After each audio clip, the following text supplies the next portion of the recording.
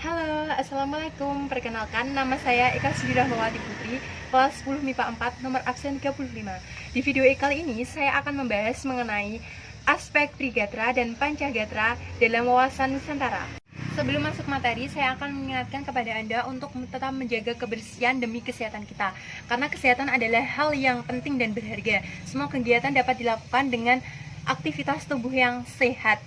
Oleh karena itu, kita harus menjaga kebersihan untuk melawan virus corona dengan cara mencuci tangan, menggunakan hand sanitizer, membersihkan telepon genggam, menggunakan masker ketika keluar rumah. Oke, langsung saja kita masuk materi mengenai konsepsi wawasan Nusantara.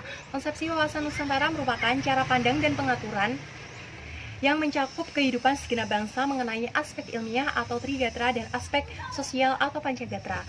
Yang akan pertama kali saya bahas yaitu aspek ilmiah atau Trigatra. Aspek Trigatra mencakup batas dan letak geografis bangsa, kemudian keadaan dan kekayaan alam bangsa, dan serta keadaan dan kemampuan penduduk. A. Letak geografis bangsa. Ketahanan nasional merupakan segala sesuatu yang ada di permukaan bumi yang dapat diketahui hasil olahannya mengenai proses alam dan hasil olah manusia, yang akan memberikan gambaran tentang karakteristik yang dapat dibedakan menjadi dua, yaitu aspek dari dalam dan aspek dari luar. Aspek dari dalam akan menampakkan corak, isi, wujud, dan tata susunannya.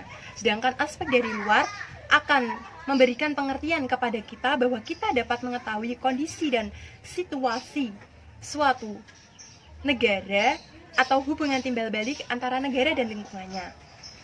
Oleh karena itu, bahwa setiap karakteristik akan mempengaruhi bangsa, dan secara geografis karakteristik suatu bangsa itu berbeda-beda, sehingga geografis wilayah negara harus diketahui secara jelas batasannya, meliputi wilayah daratan, lautan, atmosfer, udara, dan lain sebagainya.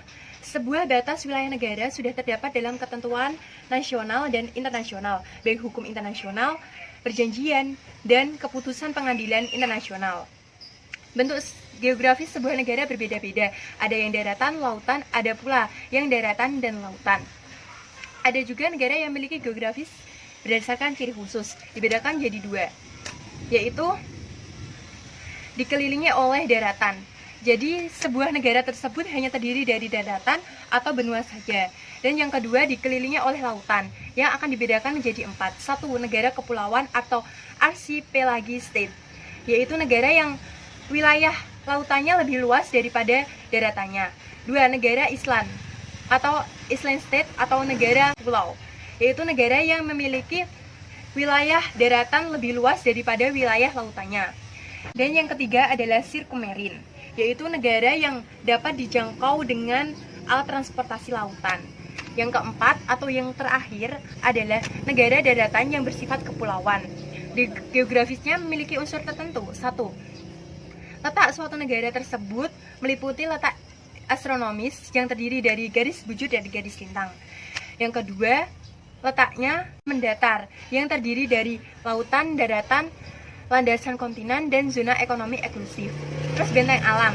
Benteng alam itu seperti daratan, lautan, pantai, gunung, atau hidang lain sebagainya. Dan yang terakhir yaitu perbatasan wilayah negara. 1B yang akan saya bahas mengenai keadaan dan kemampuan penduduk. Penduduk adalah seorang yang mendiami wilayah suatu negara, yang akan melakukan apa saja untuk meningkatkan kesejahteraan dan keamanan negara. Aspek kependudukan memiliki tolak ukur untuk mencapai kesejahteraan dan keamanan suatu negara. Aspek pendudukan memiliki 4 faktor. Yang pertama adalah jumlah penduduk. Jumlah penduduk akan berubah karena adanya kematian atau mortalitas, meninggalkan wilayahnya atau migrasi, kelahiran atau fertilasi, dan pendatang baru. Dan yang kedua ada komposisi penduduk. Komposisi penduduk dibedakan menjadi 3, yaitu berdasarkan umur, produktif dan non-produktif, tingkat pendidikan, dan juga berdasarkan jenis kelamin. Yang ketiga adanya persebaran penduduk. Persebaran penduduk yang ideal adalah persebaran penduduk yang mengikuti tingkat kesejahteraan dan keamanan. Dan yang terakhir adalah kualitas penduduk. Kualitas penduduk dibedakan menjadi dua, ada kualitas fisik dan kualitas non fisik.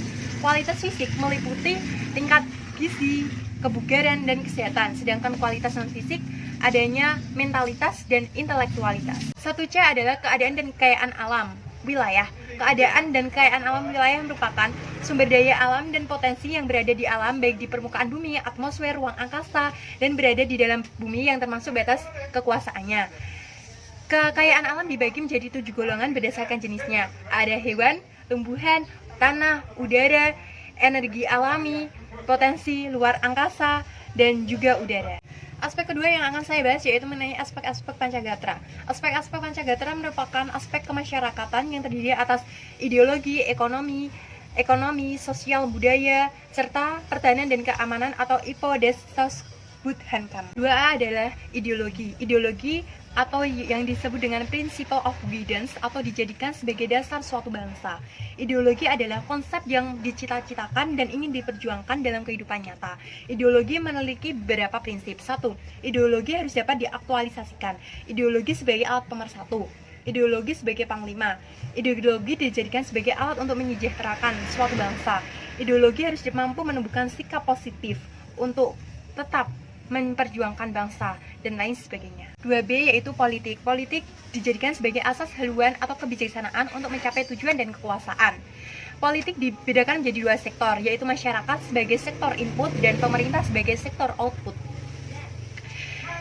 Kehidupan dalam bidang politik terus ditingkatkan agar untuk meningkatkan keseimbangan dan keselarasan antara keluaran dan masukan berdasarkan Pancasila dan sebagai wujud dari pencerminan demokrasi Pancasila. 3B adalah ekonomi. Kegiatan ekonomi adalah kegiatan yang berkaitan dengan pemerintah dan masyarakat dalam mengelola faktor produksi dan distribusi antara barang dan jasa yang dikeluarkan untuk mencapai kemakmuran rakyat atau kesejahteraan rakyat. Kegiatan ekonomi dalam persaingan harus terus ditingkatkan agar mencapai kegiatan ekonomi negara yang mandiri. 2D yaitu sosial budaya. Sosial budaya adalah kegiatan yang berdasarkan keuletan untuk mengembangkan kekuatan nasional dalam menghadapi dan mengatasi ancaman hambatan gangguan atau ATHG baik dari dalam maupun dari luar, secara langsung ataupun tidak langsung, yang dapat membahayakan keutuhan NKRI.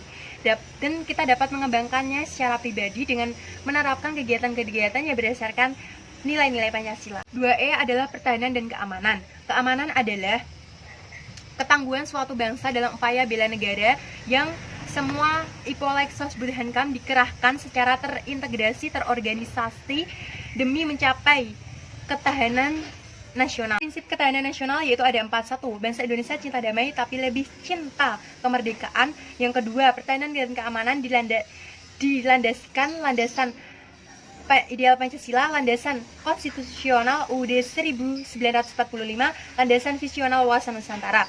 Pertahanan dan keamanan harus berdasarkan segenap potensi dan kekuatan nasional. Pertahanan dan keamanan diselenggarakan secara sinkronis. Terima kasih yang telah menonton video saya, semoga bermanfaat bagi kita semua, dan jangan lupa kita harus tetap semangat untuk melawan virus corona. Sekian dari saya, wassalamualaikum warahmatullahi wabarakatuh.